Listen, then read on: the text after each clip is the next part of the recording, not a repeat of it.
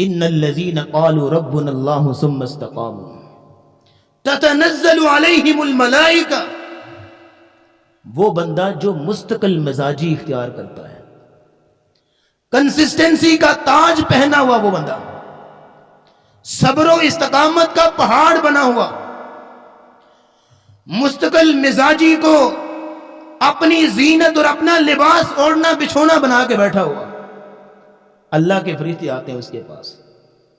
اب مستقل مزاجی کیا ہے ذرا یہ بھی سمجھو۔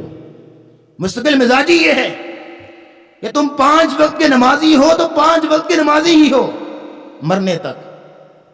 یہ نہیں ہے کہ 2 دن پڑھ لی تیسرے دن چھوڑ دی۔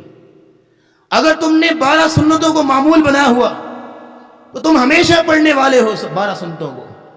اگر تم رات کو اٹھ کے نفل پڑھتے ہو تو یہ تمہاری مستقل مزاجی ہو اس کے اندر۔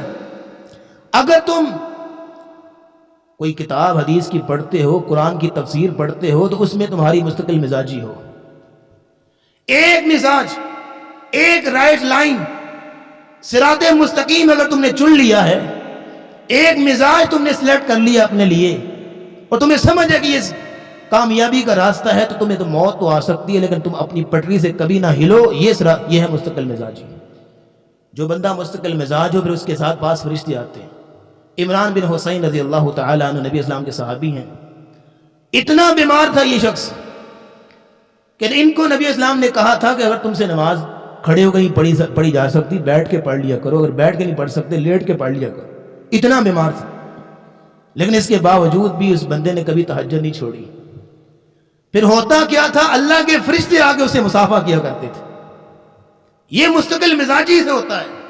ان الذین قالوا ربنا اللہ ثم استقاموا، پھر وہ ڈٹ جاتے ہیں، وہ جو لوگ اللہ کے دین پہ، اللہ کی عبادت پہ ڈٹ جاتے ہیں، تو فرشتے آ کے ان کو کہتے ہیں نحن اولیاؤکم فی الحیات الدنیا وفی الآخرہ۔ فرشتے ان کو کہتے ہیں ہم تمہارے دوست ہیں دنیا میں بھی اور آخرت میں بھی۔ فرشتے اس کے بیلی بنتے ہیں جب وہ استقامت کو اختیار کرتا ہے۔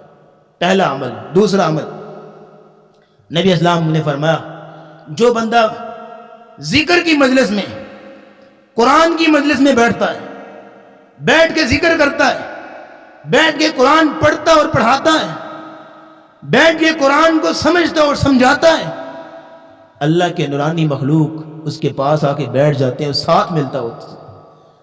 حدیث سنے، نبی اسلام نے فرمایا ان للہ ملائکۃ